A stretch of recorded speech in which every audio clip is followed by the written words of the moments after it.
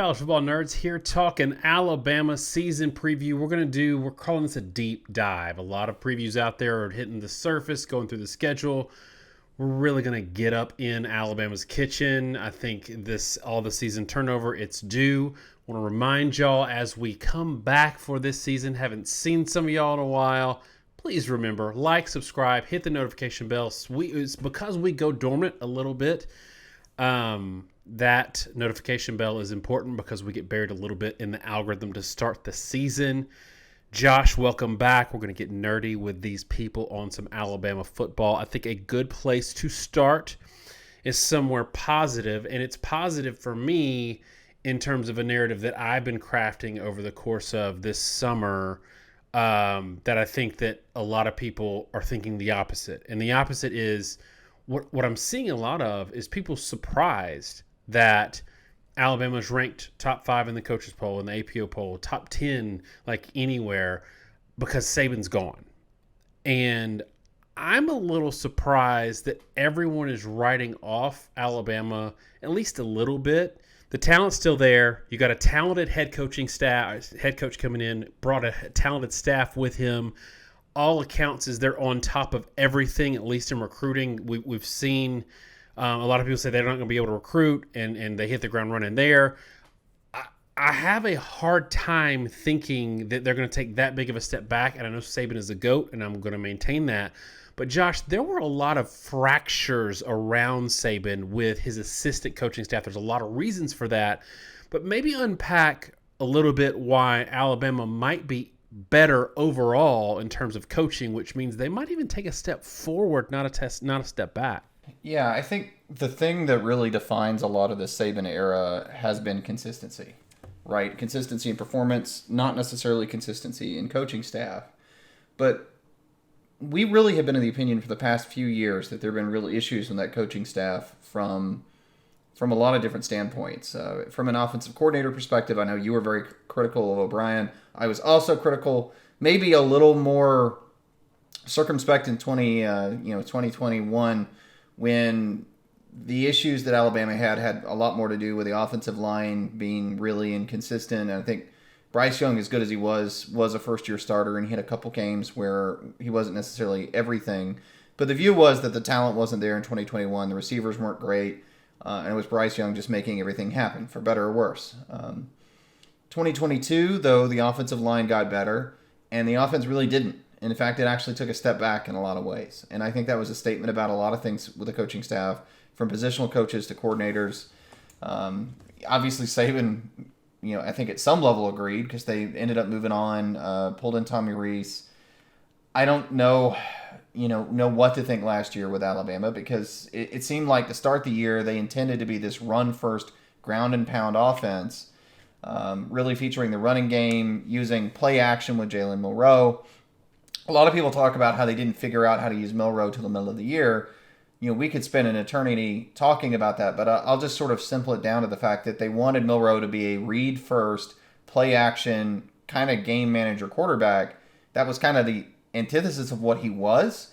There were a lot of things in terms of game management that he didn't do a great job of. They had to move the offensive line protection calls away from the quarterback to the sideline and to the offensive line. And at the same time, there were things opening up the offense that they could do for Milroe. And I think that's a bit of an indictment on the coaching staff, that one, they didn't have a plan, and two, when they did have a plan, they didn't really do any sort of a job in executing it. So the sort of total total perspective and all that is, I think Alabama is more capable of maybe doing something a little different. And I've talked about this. For whatever reason, I've gotten requests to come on sports radio in the state of Alabama quite a bit, either Tide 100.9 in Tuscaloosa. I've also been on sports radio in Huntsville. And the thing that keeps coming out, and I've made a lot of connections, is this coaching staff is really good. This assistant coaches are really good. The coordinators are well thought of. And I think Saban, to a large degree, was really the guy holding the ship afloat. So from a head coach perspective, look, Saban's the GOAT. He just is. Nobody's going to replace him. You're not going to have the same head coach, the same sort of standard at that level. But he is the GOAT, and the point of the head coach is to manage everybody under him. And if you gave Kalen DeBoer the same assistant coaches that Saban had, I have no doubt they wouldn't do it. DeBoer wouldn't be able to have quite the same results, but he doesn't. He's got a better assistant coaching staff. I think he has better coordinators that Saban had. We'll talk about the defense in a bit. And, I'll let you mention it because I know, like, you've known over the years a lot of people associated with the Clemson program. I've known players, you've known coaches. What Dabo Swinney did at Clemson, I think, was the blueprint of the fact that if you get really great coaches around you and you're successful with them and you create an environment for them to feel comfortable in your program, for it to be sustainable in the modern world, as difficult as it is to be a coach, you can keep those guys together and build a really good program. And I think that's maybe, to me, where Alabama's headed, and that has the potential to make things trend in an upward direction in a lot of ways. Yeah, I mean, Clemson was artificially good for a while. You had Venables staying there way longer than he needed to. I think he had a kid there, and he wanted to wait till he finished school, and so Dabo had the benefit. Imagine if Kirby Smart stayed under Saban for 3 or 4 more years. Like that's what Dabo had at Clemson. Saban had the opposite of that, where he couldn't.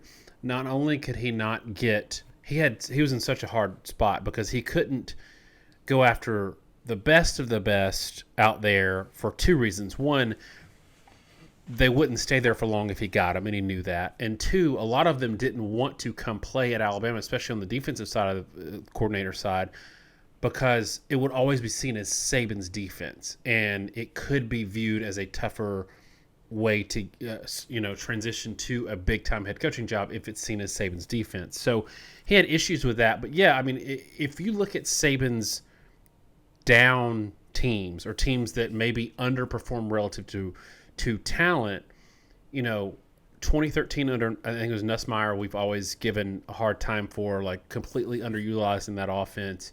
Both the Bill O'Brien years were really, in a lot of ways, disastrous and covered by the fact that, he scored X amount of points per game. Well, when you look at the talent he had at his disposal, that those points weren't that great, and sometimes he had to score those points because the defense had its own issues. But hidden under that were things like setting records in the Saban era for most consecutive 3-and-outs or most 3-and-outs in games or in seasons. Those sorts of things not only contributed to not being able to take control in games, but they also contributed to having worse defensive numbers. And you've got a little stat for us, so that is a segue into the defensive numbers that you wanted, that we talked about before we kicked off this recording. Right. This is something that I kind of dug up. Again, I've done a monthly, probably during the season, may end up doing a weekly spot with Ryan Fowler on Tide 100.9. He's a friend of the show. He was an analytics guy before he got into radio, and he's been good to us and good to deal with. So we appreciate the spots he's given us. I really dug into Alabama's defensive statistics before and after the transitions they had at defensive coordinator. And there's a clear divide that you can make, a really clear statistical divide. Pre-departure of Pruitt. So this is the Smart years, the Pruitt years, and I'm looking at 2009 through 2017 specifically, right? So let's throw out 2007 and 2008 for various reasons. It didn't quite have the roster built yet. In that period, 2009 through 2017, Alabama was ranked nationally in first downs allowed in the top 10 every single year. So this is first downs allowed by the defense, right? Second in the country in 2009, fifth in the country in 2010, first in the country in 11, second in the country in 2012, fourth in the country in 13, 10th in the country in 14, third in the country again in 15, second in the country again in 2016, ninth in the country in 2017. And of course, they were really beat up a couple of those years, 2017 in particular. So that was a period there of 9 years of consistent statistical excellence. Every year in terms of total number of first downs allowed, top 10.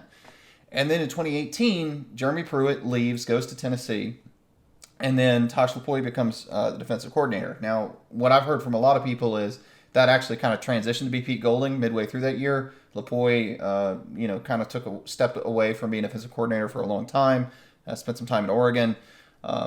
In that 2018 through 2023 period, so that was Tosh, Pete Golding, and then Kevin Steele, Alabama never finished in the top 10 in first downs allowed again. 9 years in a row to never again. In that period, they were 13th, 37th, 38th, 20th, 33rd, and 14th last year. And the point I would make under Pete Golding is a lot of the statistics in terms of yards per play allowed, yards per carry, yards per attempt, this sort of stuff we track, they've done pretty well. Their third down conversion statistics, by and large, were pretty good. So, like in 2021, Alabama was actually 6th in the country in total defense. They were, in 2022, they were 5th in the country in yards per play allowed, but they were 20th and 33rd in first downs allowed. So basically, the number of explosive plays went up dramatically. The number of plays where an opposing team could scheme a first down went up dramatically. And I think a lot of fans watching them, I know us as analysts for years watched them, and it felt like, we talked about after the Tennessee game in 2022, right? That they have certain coverage rules for the outside linebacker. If you motion a guy, suddenly he has the responsibility to carry. And Josh Heupel was able to basically design a scheme that forced Will Anderson and Daniel Turner into coverage over and over again and torch them.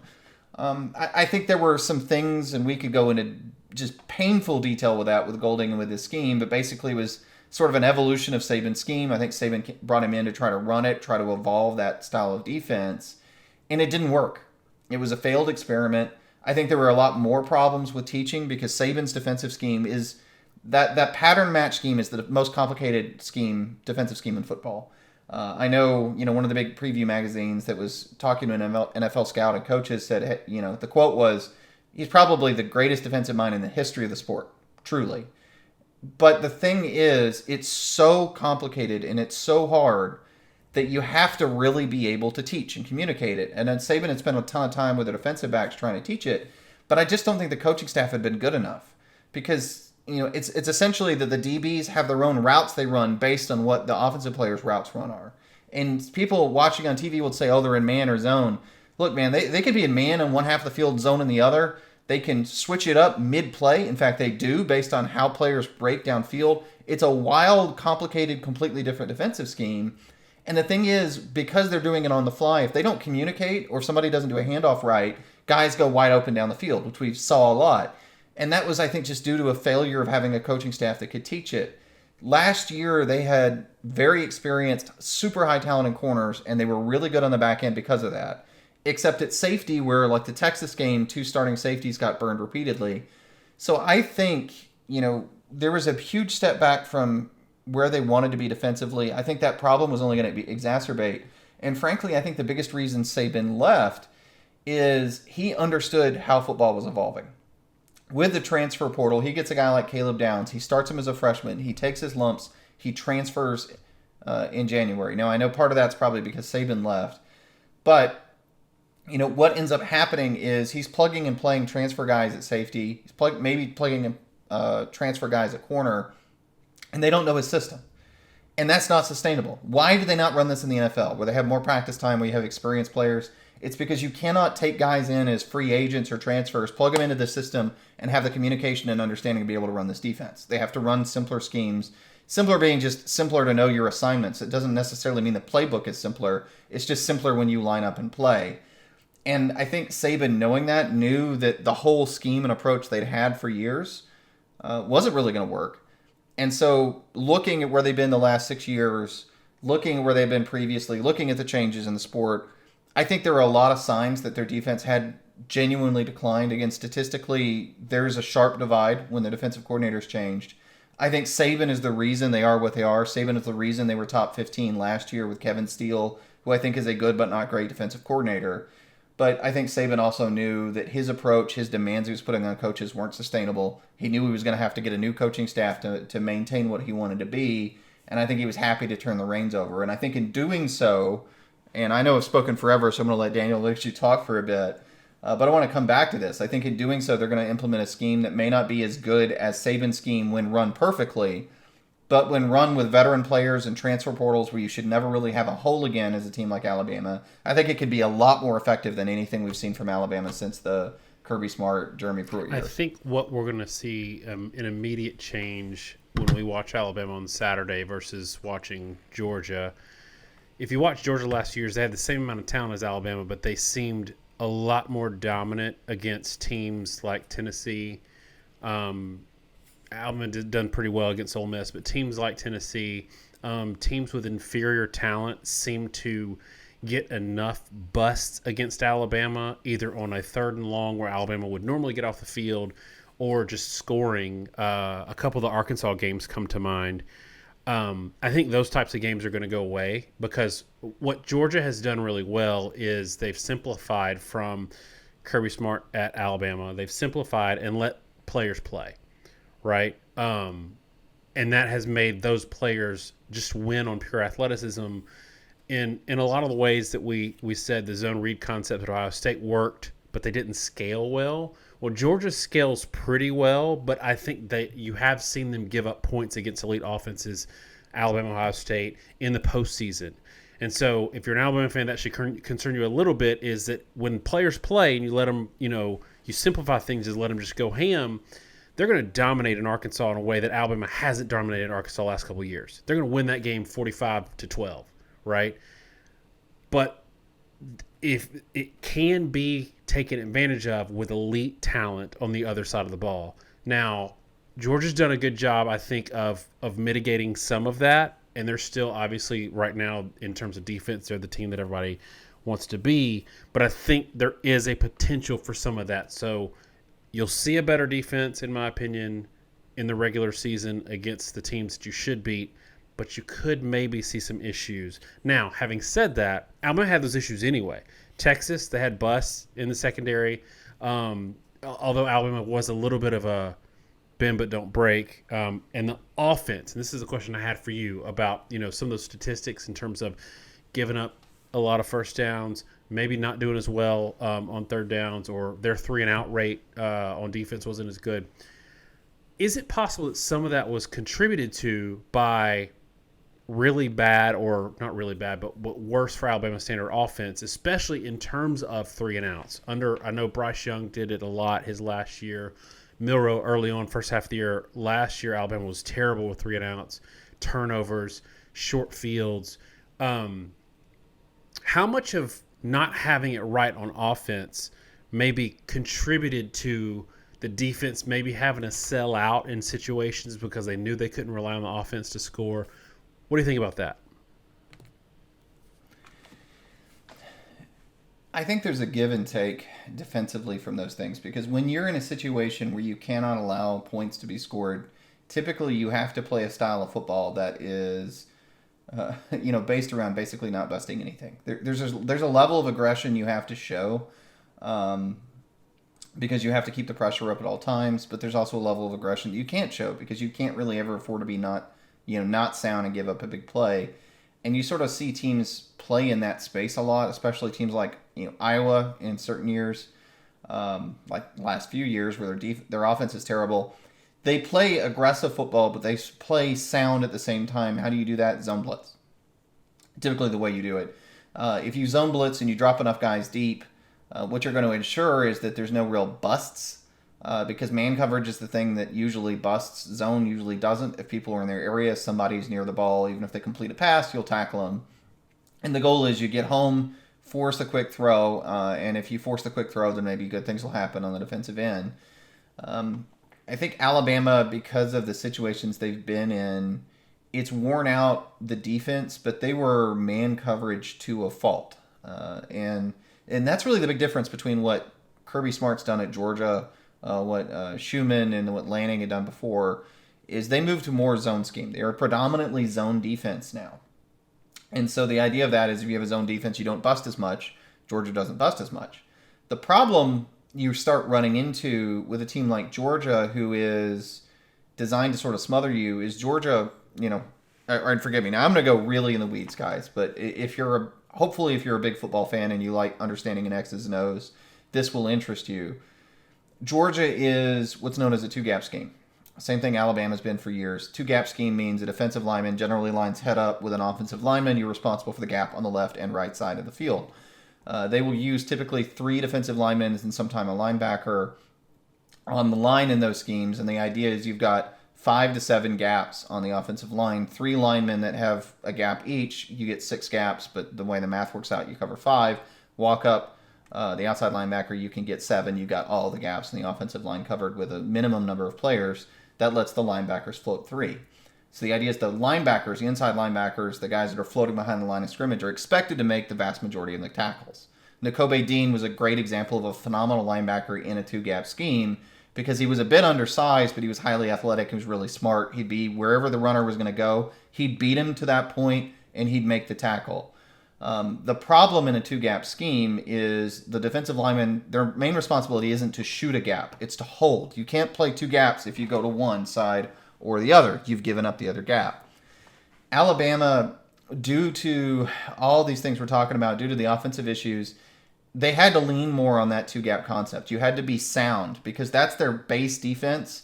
And if they get really aggressive, they're kind of off their skis to a bit. Or, Georgia sort of had the same problem when you play a team that has a good passing offense. Two-gap schemes, you're not shooting gaps. You have a hard time getting pressure. Now you've got to start trying to get pressure, which you do artificially with blitzes or you do with defensive linemen trying to shoot gaps, what they're not comfortable with, and you don't keep containment. And all of a sudden, either you're losing containment or you can't get any pressure whatsoever. Quarterback has time. You're running zone in the back end. Big plays happen. Alabama is moving away to a substantial extent from what Saban used to do. It's still going to be a nickel defense primarily, which Alabama had been for a long time. I think the average person looking at it will think it's the same because it's a 4-2-5 defense. But there's a really big shift in the fact that they're probably going to be zone more than man. Two, they are going to be a one-gap scheme, meaning they're going to be focused on shooting gaps, getting guys in the backfield, and being disruptive, not focused on containment. Now, the number of explosive run plays that are going to happen are going to go way up. Alabama in that 3-and-out world, they stuffed the run. They were not going to let anybody get the ball moving in the red zone. And typically, Georgia and Alabama both stuff the run, and that scheme is really good because you have every gap contained, linebackers crash, big runs just don't happen against those schemes. But pass rush doesn't happen either.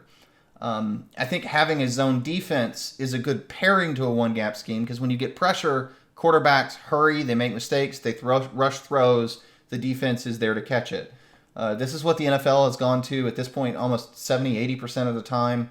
Michigan has adopted an NFL approach. Their defense last year was very heavy in this mindset. Lots of pressure on the front one-gap scheme, lots of zone blitzes. The idea being that you keep ratcheting the pressure up from different directions, you mix up the zone look, and you're hoping you force somebody to throw an interception or throw into coverage because the quarterback doesn't have time to see. Now, I think this is going to have two different effects, which you've already alluded to. The first is that Alabama's had a lot of issues with teams that run the zone read. And two big examples of that would be Auburn over several years and would be Tennessee under Heupel. Both the trick with the zone read is you're reading a defensive end, a containment player, and depending on what he does, you hand the ball off or you keep it. It is also the zone read, and a lot of those systems have jet motion and a lot of things attached to get the ball on the perimeter, but it constantly threatens the perimeter and the defense. And the thing with the zone read is if you're on your heels, you're letting the quarterback read the defensive lineman and run the play whatever way the numbers dictate. And that gives a big advantage to the defense.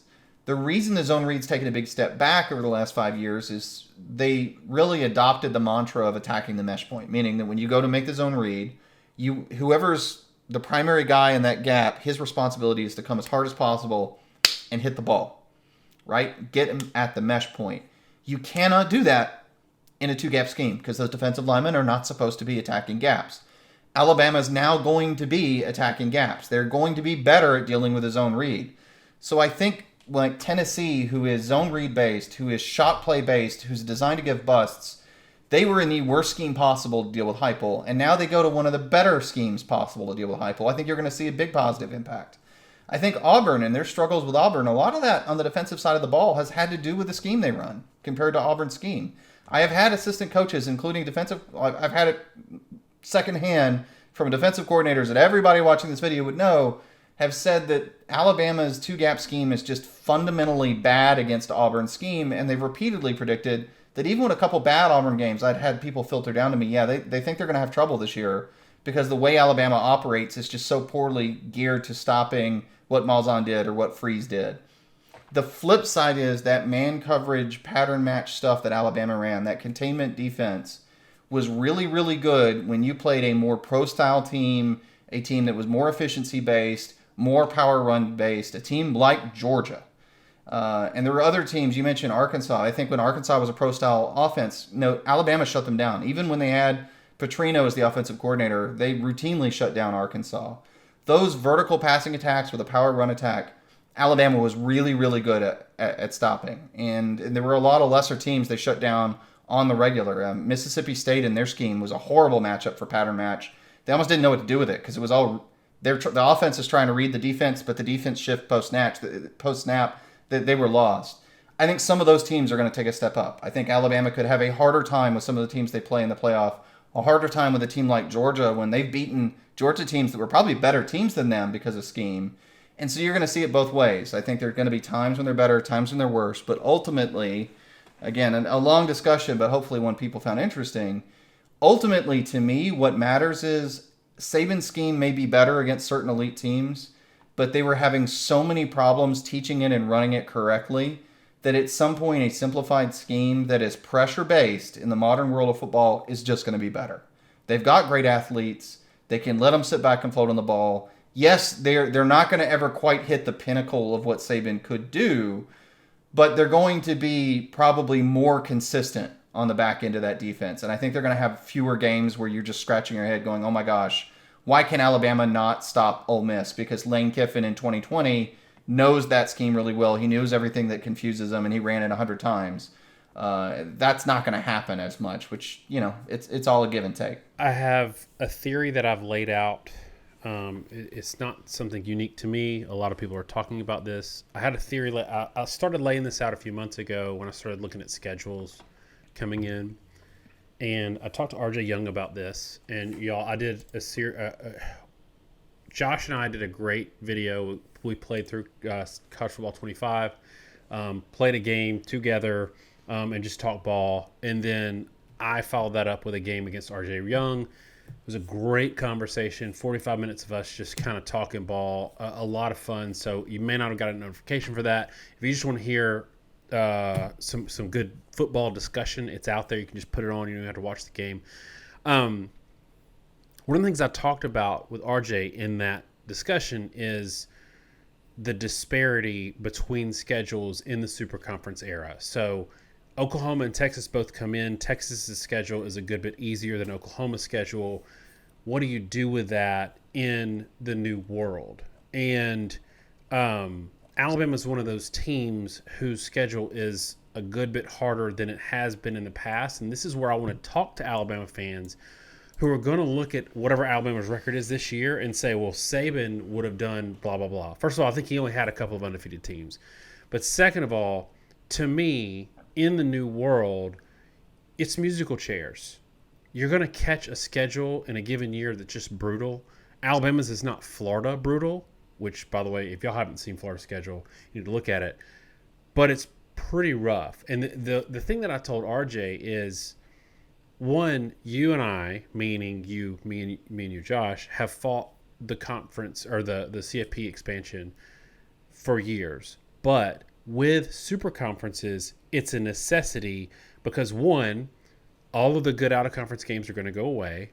Everybody's going to play 9-10 games in conference. They got to do it for the money. Conference isolation is going to be really bad. So we don't know how good a conference is. And two, you've got Power 4 conferences in the Big 12 who are playing a schedule that's 60% comprised of teams that a couple of years ago or currently are G5 teams. And so how do you compare that to an Alabama schedule where they've got Tennessee, Missouri, LSU, Oklahoma, Wisconsin, Auburn? You can't. It's not fair to compare that. So we're going to have to get a little more subjective, which is kind of your and my world. Like, we like to see how you actually played the game, not just whether or not you won or lost. Well, Alabama's got one of those schedules that has a stretch in the middle of Tennessee, Missouri, and LSU. They end with Oklahoma and Auburn. They've got Wisconsin and Georgia back-to-back. Georgia's got a schedule where they've got 4 or 5 games all in a row. And on paper, it may be that you're better than all of those teams. But if you play them all in a row, it's the challenge of going undefeated is amplified because you can't sneak ahead in your scouting on them. You can't try to make things a little bit better in terms of prepping or whatever, and you're more banged up. It's just a grind. So I would rather, if I'm playing a schedule, have one team that finishes 12-0 on my schedule versus three teams in a row that finish 9-3. And that's what Alabama's got a lot of in their schedule this year. I'm not as high on Missouri as everybody else, but it's still a good team. It's right after going on the road to Tennessee. Then you go on the road to LSU. I think there's a world where a lot of people are writing Alabama off because Nick Saban has left. I think there's a world where Alabama goes 9-3 this year, and people say, "Oh, well, that validates my thought that Alabama has fallen off because Nick Saban has left." And it's really because of this schedule, because of the new staff coming in. It's going to take a little while to gel. But I think even if Alabama goes 9-3 with this schedule, I think they go 10-2, 9-3, something like that. I think they could go 9-3 with this schedule and be one of the top 5 teams in the country. That's just how the things are going to shake out now. And I say all that to say, I think Alabama is going to be slept on come into the year because they're going to lose a game or two that they shouldn't, and people are going to use that as not, oh, their schedule's tough, but oh, they don't have Nick Saban anymore, and then they're going to get in the postseason and they're going to be hell on wheels for somebody or for everybody. That's my opinion. I think there's going to be a lot of 9-3 teams that are better than 12-0 teams or 11-1 teams in the postseason, but that necessitates this playoff expansion now to get to a decent picture of who's good and who's not. We didn't create more elite teams, but we did create tougher schedules. The thing I would take and expand on there is we often talk about scheduling subjective, and when we do our metrics, and eventually we're gonna get our website up and running with statistics for this year, and we do a power rating there. We've always come from the perspective of, like, when I rank teams in top 10, how would you have done with their schedule and how would they have done with your schedule, right? If you traded schedules based on how it works on the field, knowing, hey, if you drop a stupid game in your schedule, you're probably going to drop a stupid game with theirs, right? But I think that's the best way to really think through the process of what's actually the better team. And our power rating, because we run a model and you can run it on your own, we get this website up. No, let me note that we usually don't do that until week 4 because people are going to ask. The reason is we do it only based on on-field results for a variety of reasons. We need a few weeks of data to do that, so it'll unlock later. We can actually simulate every game being played. So we simulate you playing the entire rest of the country. We simulate them playing the rest of the country. We can rank you that way. The issue is that we don't get to play everybody in the rest of the country. And normally, when we have this discussion, it's talking about conference schedule versus conference schedule, right? An SEC schedule versus a Big Ten schedule versus an ACC schedule. We're going to run into a different problem now because you're going to be talking about an SEC schedule versus an SEC schedule and a Big Ten schedule versus a Big Ten schedule. The differences in the Big Ten, for example, between USC and UCLA. UCLA has a brutal schedule. USC's is relatively easy. You're talking about the SEC, Daniel. Missouri's a top 10 team. I think, and people readily admit that in large part it's because of their schedule. Florida could be the 15th best power-rated team in the country and drop 5 or 6 games with their schedule. You mentioned the run. I think I had it up here a second ago. If I just scroll down on my screen and notes, this is what they closed. This is what they closed the season out. Okay, these aren't the best teams they played. These are all the teams in a row in this order: Tennessee, Kentucky, Georgia, Texas, LSU, Ole Miss, Florida State, in a row. Those 7 games. So what that's going to mean when you get to first and second place in the conference, right? You don't have division winners anymore. They're going to be teams like Missouri that ends second in the SEC with a 10-2 record that may have lost to Alabama that went 9-3. Alabama has 5 ranked teams in their schedule. They could lose to Georgia and Oklahoma. Let's say Georgia, Oklahoma, and LSU beat Missouri, and Missouri could be 10-2 and actually be in the conference championship game just as a matter of pure scheduling. And I think that's going to be something that takes people a few years to really sort out or figure out. But to your point, one of the big advantages of playoff expansion is it means that 9-3 Alabama team isn't left out of the playoff, hopefully exclusively for the 10-2 Missouri to make it, if that makes sense. Like, we're going to have some teams that probably ought to be in the playoff, but their schedule was just so much harder than another team that went 11-1 and then lost the conference championship game. And I think that maybe necessitated going a little more than 6. I'll admit that because of how screwed up it is. But this all feeded itself. Super conferences fed the playoff expansion fed Superconferences. The SEC and the Big Ten have agreed to the current format for a couple years. I think you're going to see them doing the thing they talked about, where they're going to be guaranteed 3 or 4 slots each. And the reason is they know how beat up their teams are going to be in terms of win-loss records. And to your point, there are going to be years in where the Big 12's best, the Big 12 champion is guaranteed a top 4 slot. The top 4 champions get the top 4 slots, right? The Big 12 champion, it might be no better than the 5th best team in the Big 10 or the SEC some years. It's going to happen. So I do think you're right. I mean, it's going to be a thing where Alabama's, maybe, I think they'll be 10-2. I'll say that right now. But maybe 10-2, maybe 9-3. I can't tell you where the losses are coming from. I just know there's about 3 or 4 games that they could lose. And it's not going to mean a lot other than they get to the postseason. Maybe seeding matters a little bit, but I don't think it's going to be that important because everything's going to be so jumbled up. It's going to be more a matter of getting there.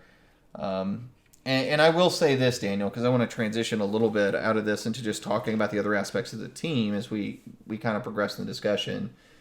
The other 2 big aspects of the team, right? We've talked scheme defensively, coordinators. It's the players and coaches. So I think there's a lot of focus on Jalen Milroe and what he's going to be. I'm going to say for my part, the interesting thing to me is that Kalen DeBoer actually had a lot of running quarterbacks in his history. That was basically what they ran at Sioux Falls. Penix wasn't really well suited to that. He's not a great athlete. He's mobile, but he's not a runner. They were a vertical team. They did not, something a lot of people don't really remember is they didn't have any running backs. They had Johnson, the transfer from Mississippi State, who was kind of an average back at Mississippi State.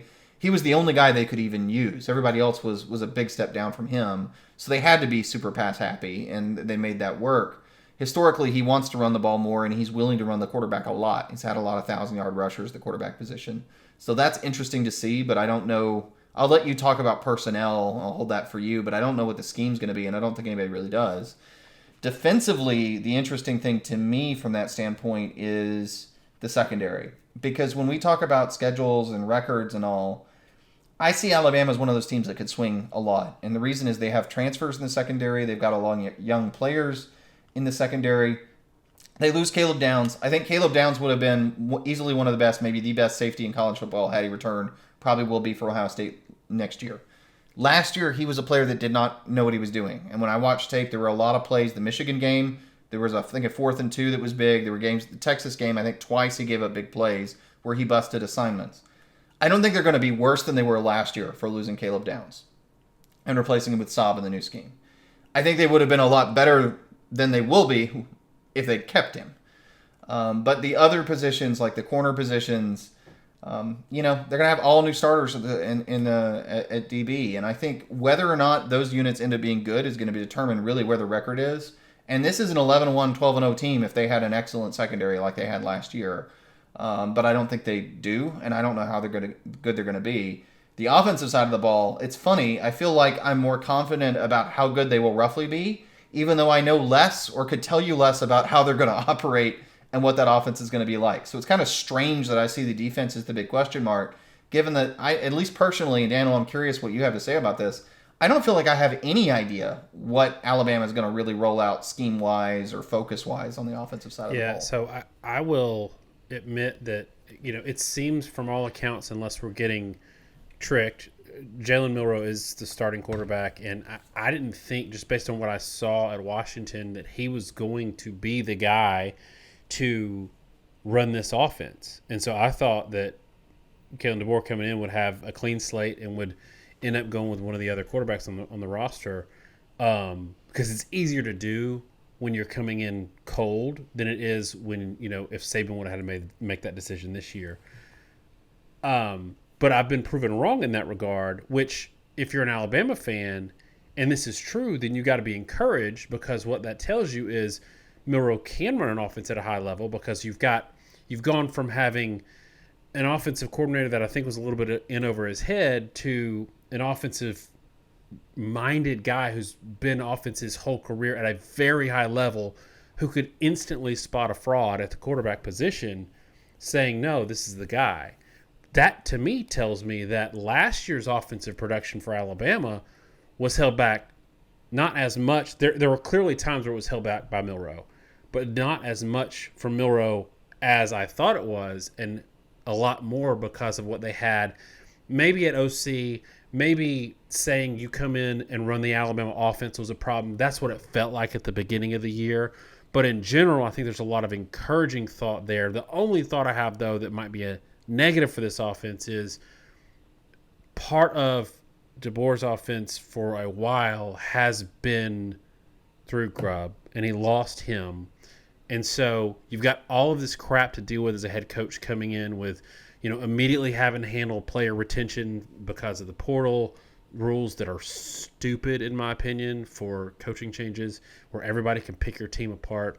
A lot of crazy NIL stuff going on, having to get situated and meet power boosters and get collective set up and then scout your team.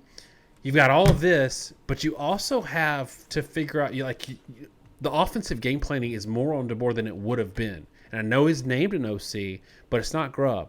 It's not the guy that's been, and it's even a guy that's been in his system before, but it's still going to rely on him a little bit or a lot of bit.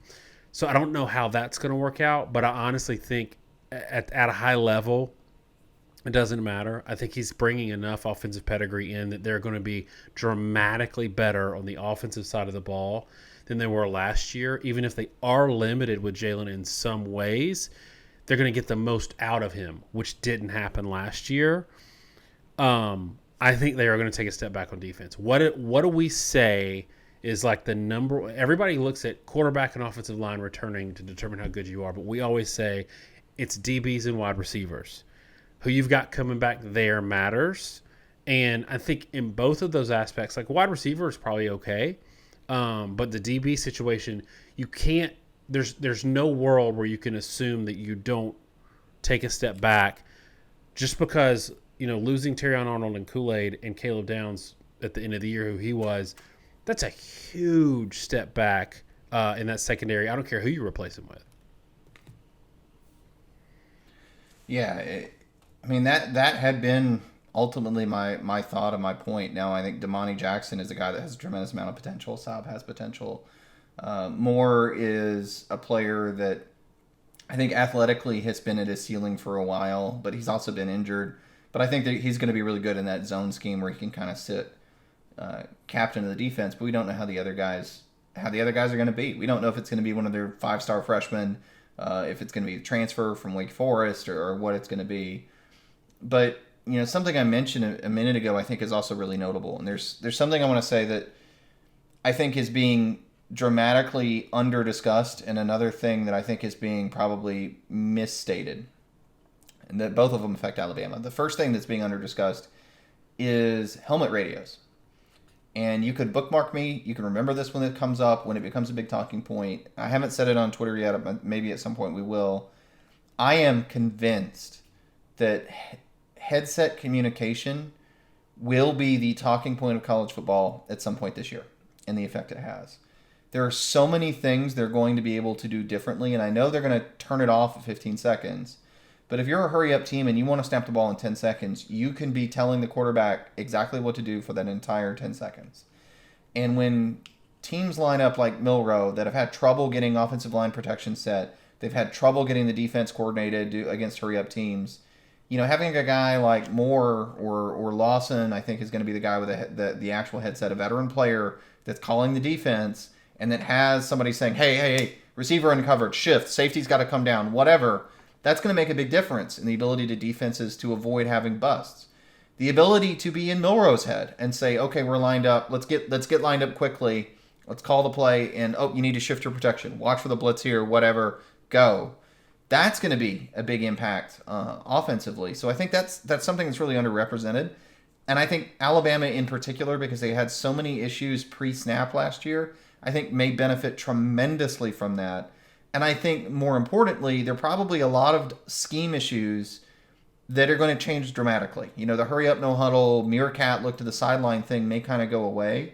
And I actually wonder if some teams are going to go hyperspeed, because if you operate within the first 10 to 20 seconds of the play clock, you're going to be able to do the entire pre-snap orchestra with helmet comms the whole time. And I think that's going to be kind of fascinating how that plays out over the course of the year. The second thing that I think has sort of been a misrepresentation, you mentioned receivers. Isaiah Bond transferred out. Now, Isaiah Bond led the team in receptions, but he was second in the team by a decent margin of yardage. He was a 668-yard receiver. And I mentioned this versus Texas. We probably won't do a Texas preview. I'm burying this in an Alabama preview, so hopefully people don't get too mad. It really struck me when I looked at Texas's roster and the guys they're bringing in, and Matthew Golden, Bond. Well, Bolden and Bond are the two transfers. Golden was already on the roster. None of those guys were 1,000-yard receivers. And the more I got to thinking about it, looking at Texas and doing my research there, the more it dawned on me, I don't think Alabama's worse off than they were last year. I think the Bernard kid, when I watched the spring game, looked like a better receiver than anyone they had on the team. Basically, everybody else is back but Burton. They think they have a lot of other options. And it's striking to me that people talk about Alabama having a reset or step back, and the transfer's an issue. They lose Nyblack, who wasn't very effective for them last year. When in reality, everybody they got on this roster has played minutes. A lot of these guys are people they're pretty high on. They have a 5-star receiver that is getting just absolutely rave reviews out of fall camp, top 10 overall. The kind of freshman receiver like a Calvin Ridley that can immediately play and be a big impact guy. They may actually be better at receiver. And if nothing else, I look at Ole Miss, I look at Texas and all these other teams getting hyped. And I have a hard time saying the receiving corps are actually better than Alabama. So I think that's a unit that's really under the radar. I think the transfer of Jeremy Bernard really is flying under the radar for who he is and how good he is. And combined with the freshmen and the talent on that room, and the fact that the running backs, I think, are much more talented than they have been. They've got some young guys that are all 5 stars that are stepping forward. That is an offense, I think, that is poised to kind of surprise a lot of people from a skill position perspective. And for whatever reason, I just don't think they've gotten that hype, and I think it's almost certainly wrong. Offensive line's going to be better, too. Especially better than where we were looking at this team and right after Saban left, because you lose your starting left tackle, and you lose some talent in the NFL, and you don't know what you're going to do in that situation. And then you get the left tackle back, which is a totally weird situation. And then you get key transfers. I think that offensive line is going to take a step forward for Alabama as well. Obviously, you don't have, I think a big thing for Alabama last year was the weird snap situation, and I just think the kid got the yips. But irrespective of whether or not he's going to be that same guy at Ohio State or not, he was that guy for Alabama. So it was another artificial cloud or ceiling over Alabama offensively, because when you're having to add to a new quarterback, new first-time starting quarterback, all the things you got to deal with, also having to deal with these snaps, it really limited what they could do offensively. And I think that, you take that out of the equation, and it's pretty interesting. I got to get one more thing in about the schedule, because it's a pet peeve of mine, because it's another thing that's not going to get talked about this year, this trope that SEC teams don't play anybody out of conference. First of all, SEC plays the most Power 5 teams out of conference. They play the most brand names out of conference of any conference. It has been that way for 20 years. So I don't know where that came from. I do know where it came from. But anyway, here's a list of just some of the Power 5 teams, not all of them. Some of the Power 5 teams that SEC teams are playing out of conference: Wisconsin, Oklahoma State, Clemson twice. Kudos to Clemson, by the way. Notre Dame, Southern Cal, UCLA, Florida State, Miami, and Michigan. Nobody else has that kind of hit list. So when we're talking about schedules and who should get in, who should get out, I think that the SEC has never gotten enough credit. But we need to have that short list ready for when people talk about how they ain't played nobody, Paul. On the road at Wisconsin, Georgia's starting out with Clemson to start the year. I mean, Florida's got Miami, Florida State. I think they play 3 Power 5 teams this year. LSU plays 3 Power 5 teams out of conference, or 2 Power 5 teams out of conference. It's crazy. Anyway, anything you want to add to this before we wrap it up? It's been a super long one, but we promised it was a deep dive. So give me a wrap-up point, and we'll shut her down. As I said, I had the opportunity to be on radio down there, and thankfully, information from various people flows both ways. So the last thing I'll say is I think it's going to be interesting to hear more information from the coaches at Alabama, because that has been a black box from a media perspective for years. And this coaching staff is more willing to talk to members of the media, both officially and unofficially. And I think that's probably a positive thing, because at the end of the day, football may be a religion, but it is also entertainment. And when you don't let information leave the building, I think that has a profound effect. But yeah, I think Alabama's a fascinating team. I think they're a team that's weirdly under the radar. I mean, the magazine I have in front of me right now, they're number 7 in the country, which maybe this is my final point. I think it's silly that people are wanting to rank Ole Miss ahead of Alabama right now. I mean, I put out a tweet today, right before we recorded this, because I was doing some preview work for Ole Miss. Princely Umanmielen, I'm saying that right, was Florida's sack leader, 6th in the SEC in sacks, 10th in tackles for loss.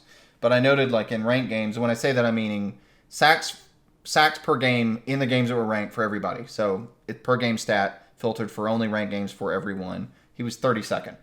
And the point being, there's a lot of things with like Ole Miss's roster where there are a lot of holes. Some of the transfers they got, some of their tape. I had a couple guys that were more analyst guys tell me, like Parrish and Princely both, that they were kind of questioning their quality. They get Turnage, who was a former Alabama transfer to Tennessee, lost a starting job at Tennessee, now is at Ole Miss and is apparently like the guy locked in at corner, which I see as a bad sign. And we don't give any of that same benefit of the doubt to Alabama. I think people get so impressed by the shiny thing in front of them, they've kind of forgotten that Alabama's core talent is still Alabama. And to your point, I think a lot of it has been held back for coaching issues at the coordinator and assistant level. And if they can just rise up to where the talent is overall, I mean, this is an Alabama team that's every bit geared to do everything they've ever done. I mean, it's a top 3 talented team in the country easily. And, sky's the limit for what they can do. What's hilarious about all this is we're saying if Alabama's coaching staff is, in fact, better, then Alabama can be better than last year, where they won the SEC championship, beat Georgia, and was a play away from maybe winning the national championship. I think that's hilarious, but that's what Alabama fans are used to.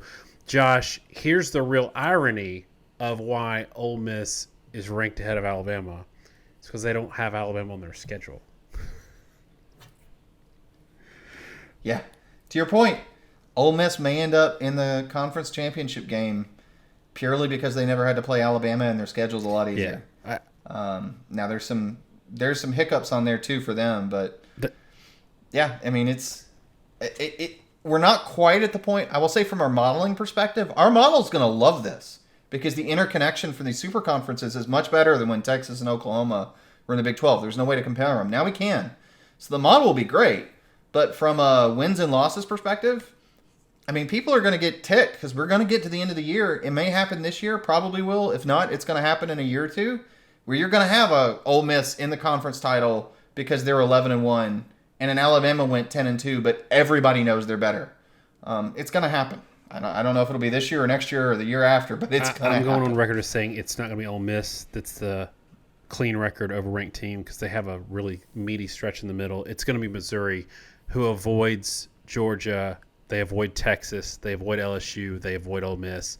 They do have Alabama on the schedule, but their second toughest game is either going to be A&M or Oklahoma, and then after that, it's all games that are they should win. So they're going to be a 10-2 or 11-1 type team that might have a 20-point loss to Alabama, but still be ahead of them in the standings. All right, we got to wrap this up because we got other ones to record, but that means you can keep an eye out for us because we got content coming. We are in season mode. Unlike Josh Pate, we do take the off season off, but we are back in action. Let us know what you think about this. Remember, like, subscribe, tell your friends to also hit that notification bell. Thanks so much, y'all. Have a great week. We are so close to the football season. God bless.